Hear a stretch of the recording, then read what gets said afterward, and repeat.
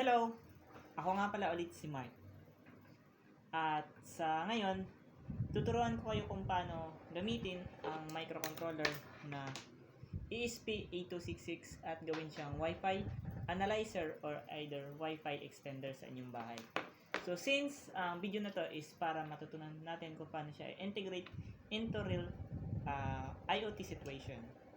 So meron tayo dito na ESP8266 na may kasamang expansion shield.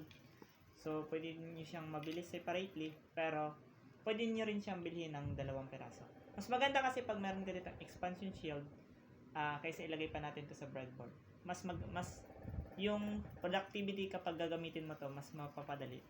And then of course, meron tayong gamit na 12 volts na power supply. So nakasaksak na yan. So para dito sa DC barrel jack, ito na female, ito. So yan, ilagay natin dito sa expansion shield niya. So kailangan tama lang din yung ano niya, yung may sign naman dito na ano, yung sa antenna niya ito, yung parang white. Ayan, yan. Yan. Ito yung sa antenna niya, yung PCB antenna. So, kailangan natin ng Type-C. Then, jumper wires kahit 2. And then, LCD kailangan din natin para i-display yung ating Wi-Fi. Example na lang nito is yung ating existing na Wi-Fi na meron tayo dito.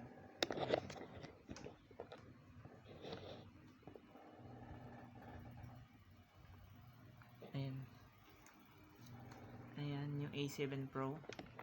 So, ngayon is i-ano natin yung kanyang kung gaano kalayo siya ma-analyze. So, dito sa Wi-Fi analyzer na to, so masusukat niya kung ilang dBm ang kanyang Wi-Fi. Ibig sabihin ng dBm is yung pinaka lakas ng signal ng kanyang Wi-Fi network. Kung medyo malapit ka, then medyo mababa yung dBm na ipapalo. Pag medyo malayo naman is mataas yung kanyang value. So, RSSI naman is yung Receive Signal Strength Indicator or yan, Wi-Fi Analyzer. So, another term. So, of course, meron tayong ground tsaka BCC. Lagyan na natin ng jumper wire na female to female yung gamit natin. So, power na lang natin dito sa 5 volts. Since may 5 volts dito na separate. Yan. Okay. BCC natin ay blue. Yan, ground.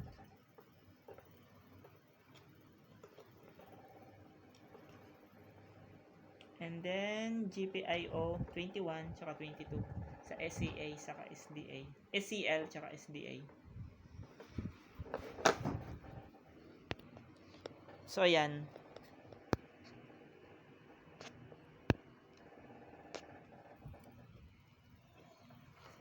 Yan. Ay, mag-focus.